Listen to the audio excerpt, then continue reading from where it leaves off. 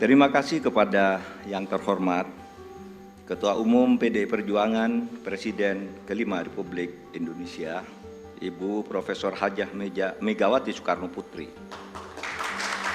Kepada Pelaksana Tugas Ketua Umum Partai Persatuan Pembangunan Haji Mardiono, Ketua Umum Partai Hati Nurani Rakyat Bapak Dr. Haji Osman Sabtaudang, Ketua Umum Perindo Bapak Haritano Sudibyo, atas kepercayaan yang diberikan kepada saya untuk mendampingi calon presiden Bapak Haji Ganjar Pranowo sebagai calon presiden.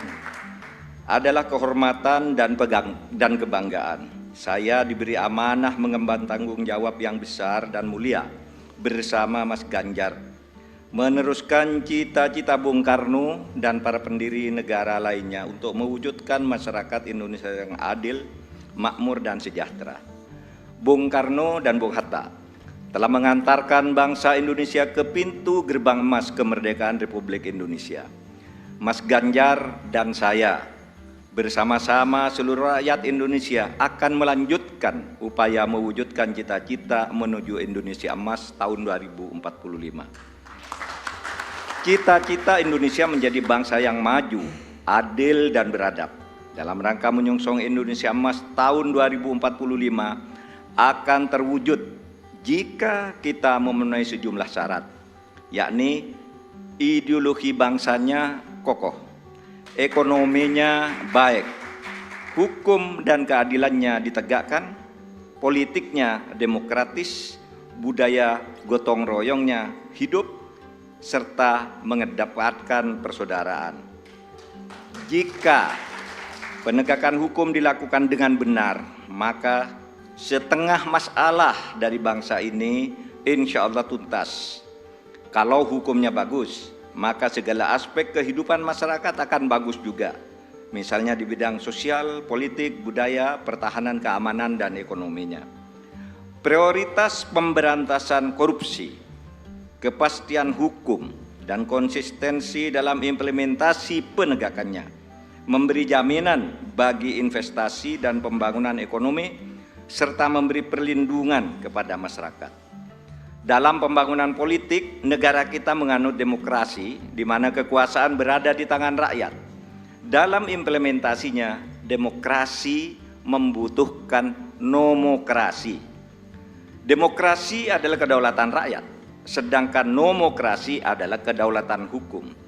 Demokrasi tanpa nomokrasi akan anarkis, sementara nomokrasi tanpa demokrasi akan sewenang-wenang.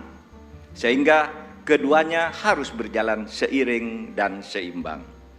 Demokrasi menghargai perbedaan, dan perbedaan itu adalah fitrah, ciptaan Tuhan.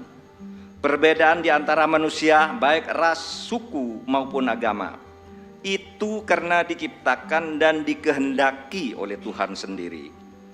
Walau sya'allah laja'alakum ummatan wahidah, walakin yabluwakum fima atakum fastabiqul khairat. Kalau Allah mau, kamu semua itu hanya satu jenis, tidak berbeda-beda.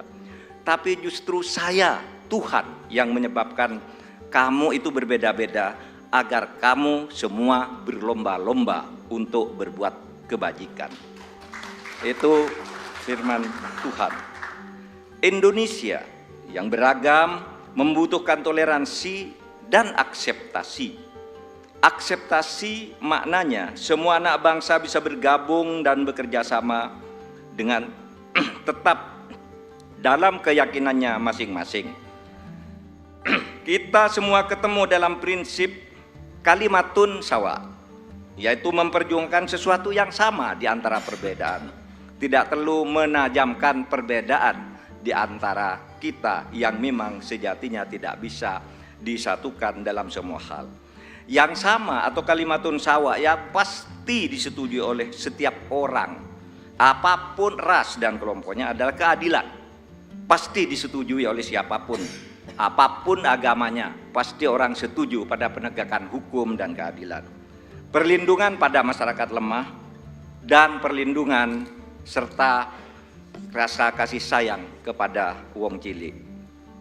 Saya berkeyakinan Mas Ganjar adalah figur yang tepat memimpin bangsa Indonesia untuk mewujudkan semua cita-cita yang saya sebutkan tadi, mempercepat dan melanjutkan program pembangunan yang sudah baik, tentu lalu memperbaiki juga yang keliru dan melakukan inovasi-inovasi baru sesuai dengan perkembangan zaman dengan tetap berpegang pada konstitusi. Saya sudah lama mengenal Mas Ganjar. Pada tahun 2004 sampai 2008 kami bersama-sama menjadi anggota DPR RI. Kami berdua kerap berdiskusi, bahkan saling mengunjungi ketika Mas Ganjar Pranowo memimpin Jawa Tengah dan saya menjadi Ketua Mahkamah Konstitusi.